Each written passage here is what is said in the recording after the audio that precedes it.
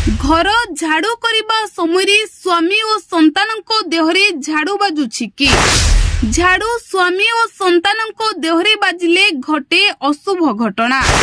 झाड़ू बाजिले तुरंत करंतु एही कार्य नचेत घटिबो भयंकर अशुभ घटना। अनेक समय घरर महिला माने घर झाड़ू करंती परिष्कार परिच्छन्नता पाई। तेबे घर झाड़ू करने समय निज अजनातरे झाड़ू देहरे बजाई देइथांती। आउ सही समय महिला माने चमकी पड़ी तुरंत झाड़ू को छिंडाई छेप पकाई देइथांती। महिला मानक धारणा थाए जे एपरि कले आउ कोनोसी अघटन घटिबो नाही। हेले एहा करिबा द्वारा अघटन घटिबा सहित लक्ष्मी आपणको घर छाड़ी चली जांती। एहा सहित महिला माने झाड़ू करने समय जदि स्वामी और संतानों देहरे झाड़ू बाजी थाए ताहले छेप पकाई झाड़ू छिंडांतु नाही। एहा द्वारा स्वामी और संतानंकर होइथाए बड़ क्षति। कारण झाड़ू सहित माँ लक्ष्मींकर संपर्क रहिछि। आपण माने जानिथिबे दीपावली दिन रे किछि नहिले भी झाड़ू किनी घर को आनिले धन हु हु होई वृद्धि पाई थाए। कारण झाड़ू सहित माँ लक्ष्मी को संपर्क रही थाए। तेबे आज भिडियो रे जानिबा झाड़ू करबा समय झाड़ू देहरे बाजिले केउ अघटन घटी थाए और कौन करबा द्वारा सेही अघटन टली जाय थाए। दर्शक बंधु, झाड़ू आम घरर मलिनता अपरिष्कार तथा अलिया को सफा करि थाए।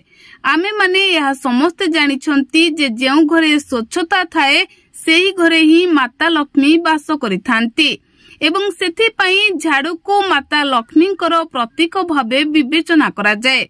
किंतु किछि ही लोके यह जानती जे झाड़ू को ठीक रूपे व्यवहार करिबा द्वारा माता लक्ष्मी प्रसन्न होइथांती। आज आमे आपनकु शास्त्र अनुଯାयी झाड़ू सह जड़ित किछि रहस्यमयी कथा जणाइबु।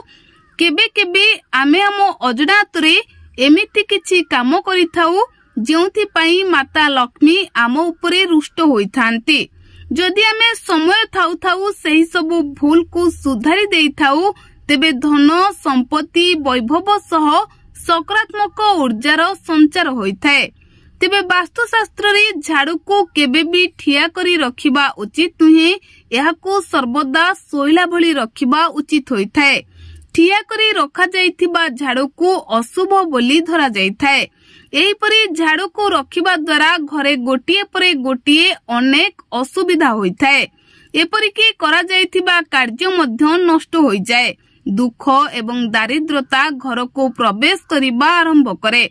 आर्थिक अवस्था खराब हेबाकु लागि जाए। तेबे केवल एतिकी नुहे, महिला माने प्रायतः सकाळे और संध्यारे घर झाड़ू करंती। आउ एई समय झाड़ू स्वामी संतान और परिवार लोकंको देहरे बाजी गले आपणे प्रथमे झाड़ू को धरंतु। झाड़ूर शेष भाग को हातरे धरी झाड़ू को मुंडिया मारंतु। यह करिबा द्वारा कोनोसी भी अघटन घटी न थाए। हेले जदि आपण झाड़ू को छिंडाई छेप पकाई थांती तेबे एहा द्वारा माँ लक्ष्मी अधिक क्रोधित होई थांती और एथि सहित आपणको घरु लक्ष्मी छाड़ी चली जाई थांती। झाड़ू बाजिथिबा व्यक्तिंको आयुष मध्य कमी जाई थाए। तेणु भूल रे भी झाड़ू रे छेप पकांतु नाही। Bureau report, BNS live.